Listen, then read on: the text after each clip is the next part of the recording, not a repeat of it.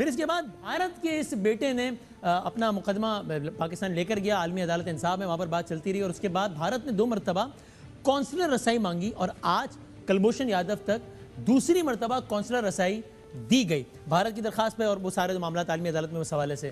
لیکن ایک بڑا ڈرامائی منظر وہاں پر ہوا، اور وہ کیا ہوا یہ پاکستان کے وزیر خارجہ شاہ محمود قریشی صاحب کی زبانی سنتے ہیں۔ السلام علیکم شاہ محمود قریشی صاحب۔ جی وعلیکم السلام، بہت شکریہ وقت دینے کا۔ یہ آج کیا معاملہ ہوا جب کونسلر رسائی دی گئی بھارت کو کلبھوشن یادو تک؟ وسیم جی معاملہ بڑا واضح ہے کہ جو کونسلر رسائی کی کلائی ہے وہ کھل گئی۔ بھارت بظاہر ہم سے یہ تقاضا کرتا آیا کہ اسے کونسلر رسائی چاہیے۔ جب ہم نے پہلے کونسلر رسائی دی تو انہوں نے رسائی لی اور پھر اعتراضات اٹھا دیے کہ ماحول صحیح نہیں تھا، دباؤ تھا، شیشے کے پیچھے رکھ کے بات کی گئی، ریکارڈنگ ہو رہی تھی، اور اس ریکارڈنگ کی وجہ سے ان پر ایک نفسیاتی دباؤ تھا، ہمیں وہ سازگار ماحول نہیں دیا گیا۔ صحیح ہے۔ پھر انہوں نے دوسرا تقاضا کیا، پھر مطالبہ کیا رسائی کا۔ ان کا خیال یہ تھا کہ پاکستان ان کے راستے میں رکاوٹ بنے گا اور پاکستان رسائی سے انکار کرے گا، اور ہم اس بنیاد پر پاکستان کو ICJ میں دوبارہ گھسیٹنے کی ایک اور ناکام کوشش کریں گے۔ لیکن پاکستان نے ایسا نہیں کیا۔ پاکستان نے بیٹھ کر ان کے ساتھ جو طور طریقے ضوابط طے کیے اس کے تحت آج 3 بجے ان کو ان امپیڈڈ ایکسیس دے دی گئی۔ ان کے پاس ایک لمبا دورانیہ تھا سوال جواب کا، یادیں موجود تھے، وہ ان سے انگیج کرنا چاہ رہے تھے، اور کوئی ہیلا، کوئی حجت، کوئی بہانہ ہم نے چھوڑا نہیں تھا۔ پھر کیا ہوا؟ یہ وقت مقررہ پر پہنچ گئے ملنے کے لیے 3 بجے؟ جی پہنچ گئے۔ پھر کیا ہوا؟ پہنچ گئے، اور پھر انہوں نے جب دیکھا کہ کوئی ان کے پاس جواز نہیں رہ گیا وہاں سے فرار اختیار کرنے کا، تو پھر انہوں نے ہیلے بہانے بنائے کہ دیکھیے ماحول صحیح نہیں ہے، گھٹن ہے، کمرہ چھوٹا ہے۔ اب دیکھیے سیکیورٹی کے اہلکار، میں آپ کے پروگرام پر وسیم جی ایک اور بات کہتا ہوں، وہ کیا؟ بھارت یہ ناٹک ختم کرو۔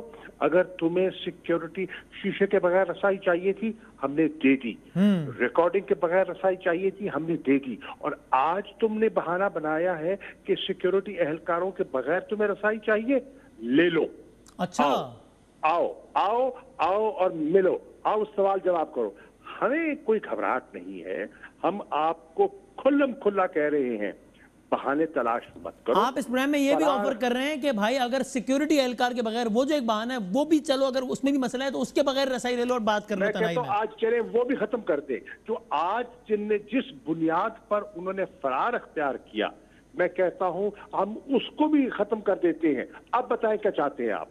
یہ آپ کو اوپن چیلنج ہے کہ اب کی دفعہ اس ماحول میں بھی ملنا ہو کہ جس میں سیکیورٹی اہلکار نہ ہو تو بھی ٹھیک ہے۔ صحیح ہے، بہت بڑی بات آپ نے کہہ دی۔ سر ویسے بتائیے گا کہ انہوں نے کیا جواز دیا ہے ملاقات کا؟ یہ تو بعد میں سارا کچھ ہوا نا، یعنی آفیشلی انہوں نے کیا کہا کہ ہم کونسلر رسائی کیوں چاہتے ہیں؟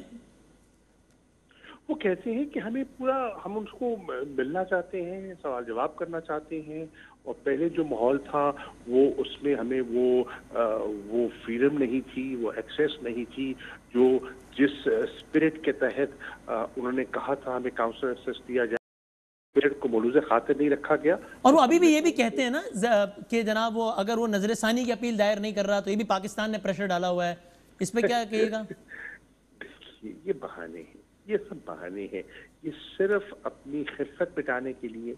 ICJ گئے، ان کا خیال تھا وہاں جا کے وہ انہیں کامیابی ملے گی، انہیں کامیابی نہیں ملی، ان کے حق میں فیصلہ اس انداز میں نہیں ہوا، پاکستان کو وہاں کامیابی مل گئی، اور رسائی کا ان کا جو مطالبہ تھا وہ انہوں نے تسلیم کر لیا اور ہم نے اقرار کیا، اور ہم نے ایک نہیں 2 دفعہ رسائی دے دی۔ صحیح، اور آپ نے ایک اور مرتبہ رسائی دینے کی بھی پیشکش کر دی ہے ایک نئے ماحول میں۔ جو آج بہانہ جس بہانے پر انہوں نے فرار اختیار کیا، میں کہہ رہا ہوں کہ آئیے اس کو بھی ختم کر دیتے ہیں۔ رائٹ، آج کل آنا چاہیں گے، رات کو آنا چاہیں گے، کب آنا چاہیں گے؟ اچھا آپ کہہ رہے ہیں کل آ جاؤ، آج رات؟ اچھا اوکے اتنا کلیئر، ٹھیک، بالکل ٹھیک ہے، بڑا لاؤڈ اینڈ کلیئر آپ کا یہ پیغام چلا گیا، بالکل ٹھیک ہے۔ سر اسپیسیفک سوال اگر پوچھوں، ریاست پاکستان کلبھوشن یادو کا کیا انجام چاہتی ہے، پھانسی یا کچھ اور؟ دیکھیے ہم چاہتے ہیں، وہ اپنے منہ سے اعتراف کر چکا ہے